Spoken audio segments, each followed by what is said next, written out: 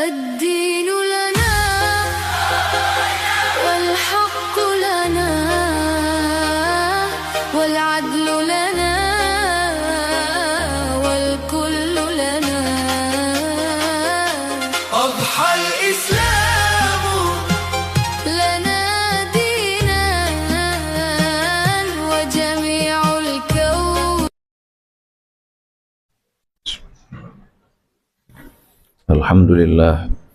Alhamdulillahilladzi bidzikrihi tatma'innul qulub wa bifadlihi tughfarud dzunub. Asyhadu an la ilaha illallahul khaliqul ma'bud wa asyhadu anna Muhammadan abduhu wa rasuluhus shariful maw'ud. Fa shalawatullahi wa salamuhu ala sayyidina Muhammadin wa ala alihi wa sahbihi ahli taqwa wal ma'rifah wa man tabi'ahum bi ihsanin ila yaumil mab'uts. Amma ba'du fa ya ibadallah, usikum wa nafsi bi taqwallah wa taqullaha haqqa tuqatih la'allakum tuflihun. Qala Allah ta'ala fil Qur'anil Karim, ya ayyuhalladzina amanu taqullaha haqqa tuqatih wa la tamutunna illa wa antum muslimun. Shadaqallahul azim. Hadirin sidang Jumat rahimakumullah, marilah kita pada siang hari yang barokah ini sekali lagi kita panjatkan puji syukur kehadirat Allah Subhanahu wa taala yang telah memberikan nikmat kita yang tak terhitung. Salawat dan salam semoga Allah limpahkan kehadiran baginda Nabi besar Muhammad sallallahu alaihi wasallam. Selanjutnya saya selaku khatib berwasiat pada diri saya pribadi dan hadirin sidang Jumat rahimakumullah, marilah kita bertakwa kepada Allah Subhanahu wa taala. Karena ketika kita bertakwa kepada Allah, maka Allah akan memberikan solusi apapun masalah kita. Hadirin sidang Jumat rahimakumullah, antara lain kita diingatkan dengan suri tauladan yang ada pada Nabi Ibrahim dan keluarganya. Di dalam surah Al-Mumtahanah Allah berfirman, A'udzubillahi minasyaitonir rajim. Qad kanat lakum uswatun hasanatun fi Ibrahim walladzina ma'ah. Sungguh telah ada untuk kalian uswatun hasanah, suri tauladan yang baik, fi Ibrahim walladzina ma'ah, pada diri Nabi Ibrahim dan orang-orang yang bersama beliau, yaitu antara lain adalah keluarganya. Maka istrinya juga menjadi suri tauladan, anak-anaknya juga menjadi suri tauladan. Hadirin sidang Jumat rahimakumullah, lalu di dalam keluarga Nabi Ibrahim ini ada pola kesuksesan, ada sebuah pola keajaiban, di mana keluarga ini, keluarga suri tauladan ini banyak mengalami keajaiban-keajaiban, di mana keajaiban itu bahkan diabadikan sampai akhir zaman. Hadirin sidang Jumat rahimakumullah, baik keajaiban yang dialami oleh Nabi Ibrahim, oleh Siti Hajar istri beliau, maupun Nabi Ismail, itu di dalam Al-Quran diabadikan, wa tarakna alaihi fil akhirin. Kami tinggalkan suri tauladan itu untuk orang-orang setelah beliau sampai sekarang. Maka prosesi haji adalah prosesi napak tilas keluarga Nabi Ibrahim alaihi salam. Berkurban juga napak tilas apa yang dilakukan oleh Nabi Ibrahim alaihi salam. Begitu besar beliau itu bagi umat Islam, pengaruhnya begitu besar, dampaknya begitu besar. Beliau adalah suri tauladan yang kita jaga sampai sekarang. Bahkan di dalam sholat kita pun membaca, kama shallaita ala sayyidina Ibrahim wa ala ali sayyidina Ibrahim. Hadirin sidang Jumat rahimakumullah, memang apa pola keajaiban dari keluarga Nabi Ibrahim? Pola tersebut kita tahu beliau memiliki banyak keajaiban, dan keajaiban itu ada polanya, dan ini bisa kita terapkan untuk kehidupan kita. Apakah kita ingin mendapatkan keajaiban rezeki, atau keajaiban berupa kesehatan, atau keajaiban berupa ilmu, keajaiban berupa kebahagiaan, keajaiban berupa keturunan, lalu keajaiban-keajaiban solusi dan lain sebagainya. Kita bisa meniru pola Nabi Ibrahim. Apa pola beliau? Pola beliau adalah pengabdian plus pengorbanan sama dengan keajaiban. Inilah pola beliau dan keluarga beliau. Hadirin sidang Jumat rahimakumullah. Maka kita lihat di dalam surah As-Saffat, Allah memberikan rangkaian ayat. Di dalam surat tersebut Allah berfirman, inni dzahibun ila rabbi sayahdin. Maka Nabi Ibrahim berkata, wa qala inni dzahibun ila rabbi sayahdin, dalam ayat 99. Saya pergi menuju Tuhanku. Saya mengabdi kepada Allah. Saya menghadapkan diriku kepada Allah Subhanahu wa taala. Sayahdin, pasti Allah akan memberikan petunjuk. Maka Nabi Ibrahim diberikan keturunan, diberikan anak, lalu istrinya pun diberi petunjuk oleh Allah di sebuah tempat. Fi biwadin ghairi dzi zar'in 'inda baitikal muharram. Petunjuk Allah, istrinya letakkan atau taruh di sebuah tempat. Biarkan ia tinggal di sebuah biwadin ghairi dzi zar'in 'inda baitikal muharram. Di lembah tanpa tumbuhan, 'inda baitikal muharram, di samping rumahmu yang dimuliakan. Hadirin sidang Jumat rahimakumullah. Maka yang pertama yang dilakukan oleh Nabi Ibrahim adalah pengabdian kepada Allah. Apa yang dimaksud dengan mengabdi? Mengabdi ini adalah mengabdi, menjadi hamba sahaya. Totalitas kepada Allah itulah mengabdi. Jadi kalau belum totalitas kepada Allah namanya belum mengabdi. Yang namanya hamba sahaya itu tidak punya kepentingan kecuali kepentingan tuannya. Waktunya, pikirannya, tenaganya, perasaannya semua demi menjalankan kepentingan tuannya, itulah mengabdi. Kalau kita hidup dalam rangka kepentingan kita dan keluarga kita, tidak membela kepentingan Allah, namanya belum mengabdi. Apakah kita sudah total kepada Allah Subhanahu wa taala? Itulah mengabdi. Inni dzahibun ila rabbi sayahdin. Aku hambakan diriku kepada Allah Subhanahu wa taala. Aku menuju Allah Subhanahu wa taala. Inilah mengabdi. Inilah pengabdian, totalitas penyerahan segala sesuatu dalam rangka ibadah kepada Allah Subhanahu wa taala. Inilah pengabdian. Hadirin sidang Jumat rahimakumullah. Maka Nabi Ibrahim alaihi salam mengabdi kepada Allah Subhanahu wa taala. Beliau menghambakan dirinya kepada Allah, apapun yang Allah perintahkan, menjadi nabi, menjadi rasul, apapun resikonya beliau akan tempuh di dalam rangka memenuhi perintah Allah Subhanahu wa taala. Inilah pengabdian. Hadirin sidang Jumat rahimakumullah. Lalu pengabdian kita bagaimana? Pengabdian kita sesuai dengan kompetensi dan passion yang Allah titipkan kepada kita. Sesungguhnya kompetensi kita adalah titipan Allah. Kita gunakan untuk apa? Apakah untuk menumpuk harta, untuk membahagiakan diri kita dan hanya keluarga kita, atau kita gunakan kompetensi itu untuk mengabdi kepada Allah Subhanahu wa taala? Kalau kita hanya untuk diri kita, keluarga kita, yang penting keluarga kita senang, yang penting keluarga kita bahagia, yang penting keluarga kita makmur, itu belum mengabdi namanya. Padahal kompetensi kita itu titipan Allah. Mengapa titipan Allah? Banyak orang berusaha dengan usaha yang sama tapi kompetensi beda-beda. Semua itu akan diminta pertanggungjawabannya oleh Allah Subhanahu wa taala. Hadirin sidang Jumat rahimakumullah. Maka kompetensi dan passion itu adalah titipan Allah Subhanahu wa taala yang akan ditanya di akhirat nanti. Maka mari kita pilih pengabdian apa yang kita serahkan kepada Allah. Apakah pengabdian dalam bentuk ilmu? Pengabdian dari sisi ibadah, penertiban ibadah, pengabdian dari sisi mensehatkan masyarakat, pengabdian dari sisi meningkatkan keamanan, ketertiban, kebersihan, atau kemakmuran umat dalam rangka mencari ridho Allah Subhanahu wa taala. Masing-masing pengabdiannya beda, sesuai dengan kompetensi dan passion yang Allah titipkan kepada kita. Hadirin sidang Jumat rahimakumullah, yang pertama adalah pengabdian. Yang kedua adalah pengorbanan. Kita tahu Nabi Ibrahim alaihi salam, beliau mengorbankan banyak hal.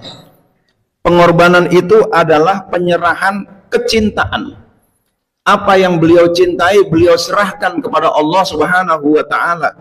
Waktunya, keamanannya. Bayangkan ketika beliau menghancurkan berhala, keamanannya beliau korbankan untuk Allah dalam rangka berdakwah.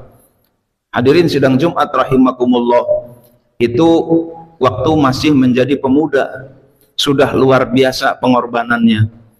Lalu barangkali dibuli, dibenci dan lain sebagainya, menghadapi raja yang zalim.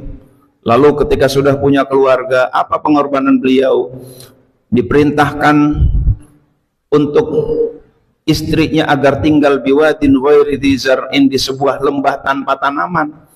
Dulu orang mencari tempat tinggal itu, yang dicari adalah tempat di mana banyak tanaman, adem, banyak manusia. Tetapi nih, Nabi Ibrahim diperintahkan untuk meninggalkan istri dan anaknya yang masih bayi di tempat yang panas, tidak ada tumbuhan, tidak ada manusia. Tapi itulah perintah Allah.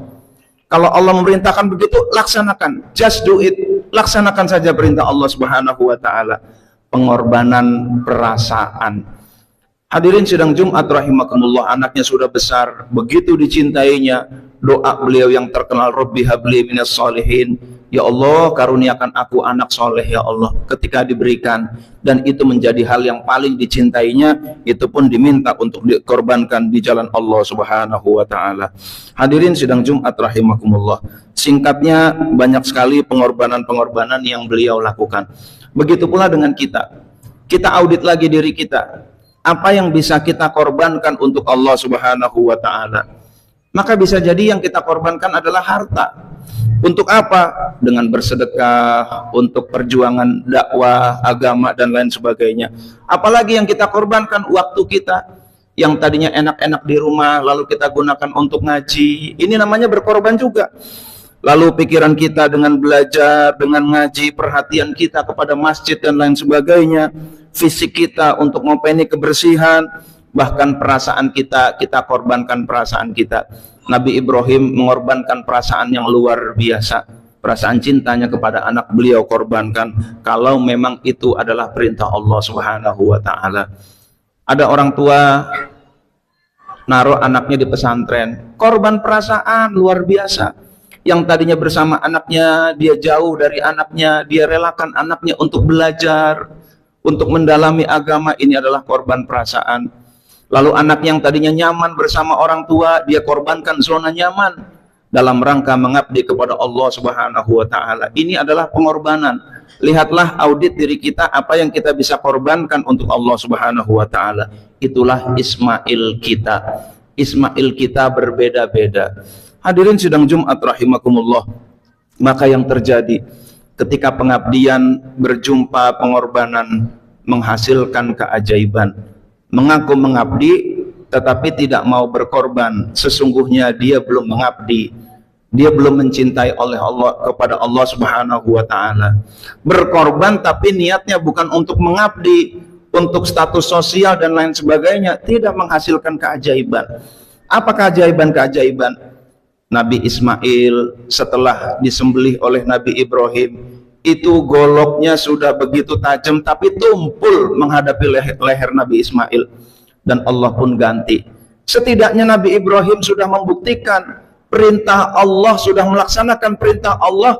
Itu pisau sudah sampai di leher Nabi Ismail, sudah membuktikan perintah Allah. Allah ganti. Wa fadainahu bidzibhin azim, kami ganti dengan sembelihan yang besar. Maka begitu pula dengan diri kita. Ketika kita sudah action berkorban untuk Allah Subhanahu wa ta'ala, maka Allah akan ganti. Kita bersedekah, Allah ganti dengan yang lebih besar lagi. Allah akan ganti dengan keajaiban-keajaiban. Maka kita tidak boleh hidup tidak mengabdi kepada Allah, nggak boleh.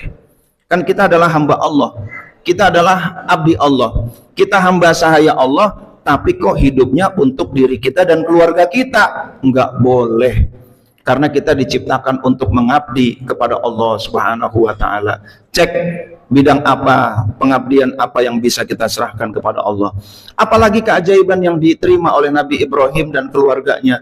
Kita lihat Siti Hajar dengan pengabdian, beliau rela meninggalkan zona nyaman bersama suaminya, bersama tempat tinggal yang lama, ditinggal di sebuah tempat gurun, tidak ada air, tidak ada tumbuhan. Lalu beliau tetap ikhtiar untuk membuktikan keikhlasan kepada Allah. Ikhtiar ini wajib. Lalu beliau dari sofa ke marwah, lari-lari kecil, mencari air. Tetapi Allah berikan solusi dari kakinya Nabi Ismail alaihi salam.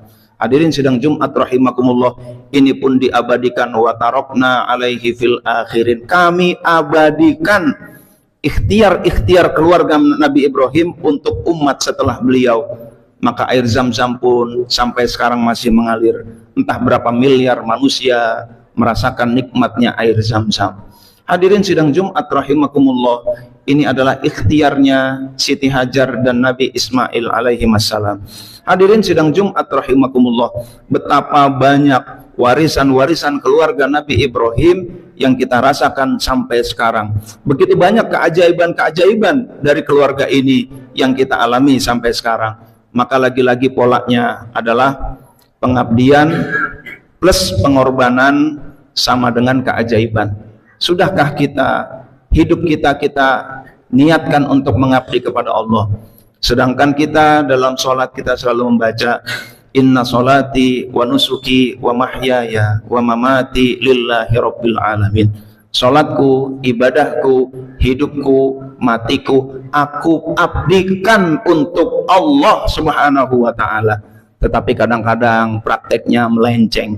Kita yang penting keluarga senang, yang penting keluarga bahagia, terserah agama mau maju apa enggak, terserah sama Allah apa enggak, terserah, yang penting saya senang. Ini namanya belum mengabdi. Hadirin sidang Jumat rahimakumullah, lalu pengabdian pasti.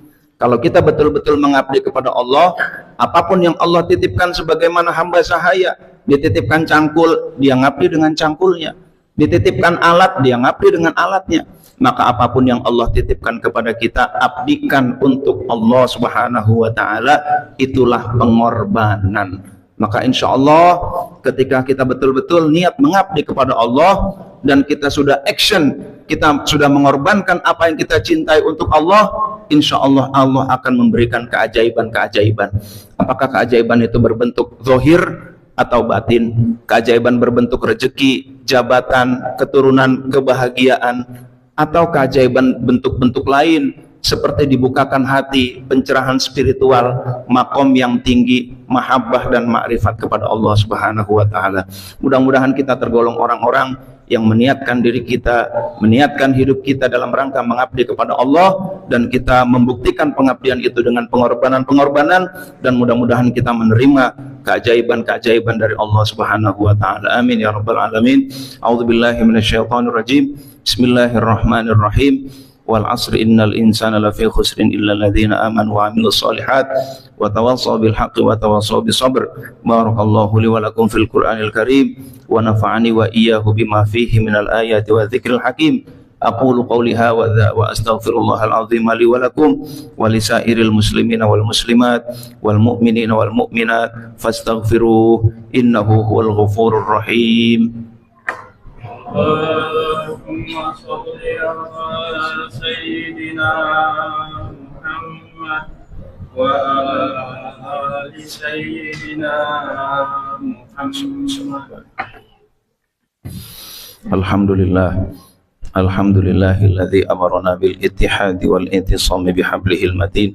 Asyhadu an la ilaha illallah wahdahu la syarika lahu iyyahu na'budu wa iyyahu nasta'in.